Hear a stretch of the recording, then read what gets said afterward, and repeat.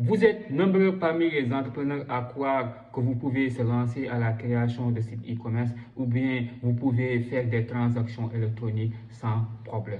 Beaucoup d'entrepreneurs sénégalais croient qu'ils peuvent se réveiller et créer leur site e-commerce sans problème. Je vais vous expliquer sur cette vidéo en quoi c'est important de comprendre qu'au Sénégal, depuis 2008, on a réglementé tout ce qui est transactions électroniques et tout ce qui est la création de sites e-commerce.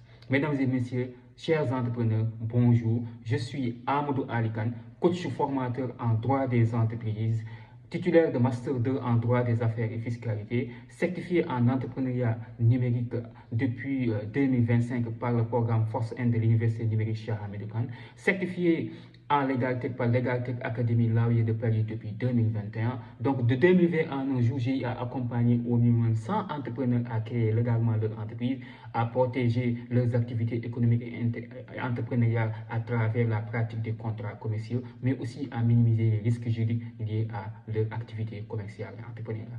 Sur cette vidéo, je vais vous expliquer ce qui est très important puisqu'on est à l'ère du numérique. Beaucoup d'entrepreneurs sénégalais croient qu'ils peuvent se réveiller du jour au lendemain et créer leur site e-commerce ou bien se lancer dans les business e-commerce ou bien dans les business électroniques sans créer légalement leur entreprise. Avec la loi de 2008, il est interdit de se lancer à la création de sites e-commerce ou bien de faire des transactions électroniques de manière professionnelle sans d'abord créer légalement son entreprise.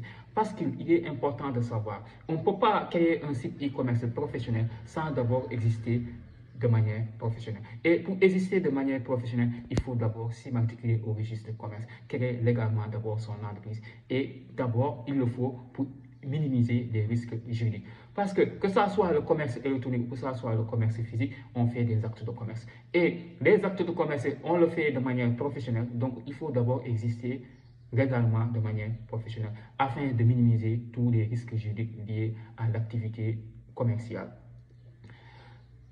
Si vous n'êtes pas immatriculé au registre de commerce et que vous vous lancez à la création de sites e-commerce, le premier risque, c'est que vous violez la loi de 2008 qui dit qu'il faut qu'on identifie l'entreprise. Donc, il faut qu'on identifie l'entreprise dans le site e-commerce. L'identification de l'entreprise, bien sûr, n'exclut pas le numéro du registre de commerce ou du NINEA.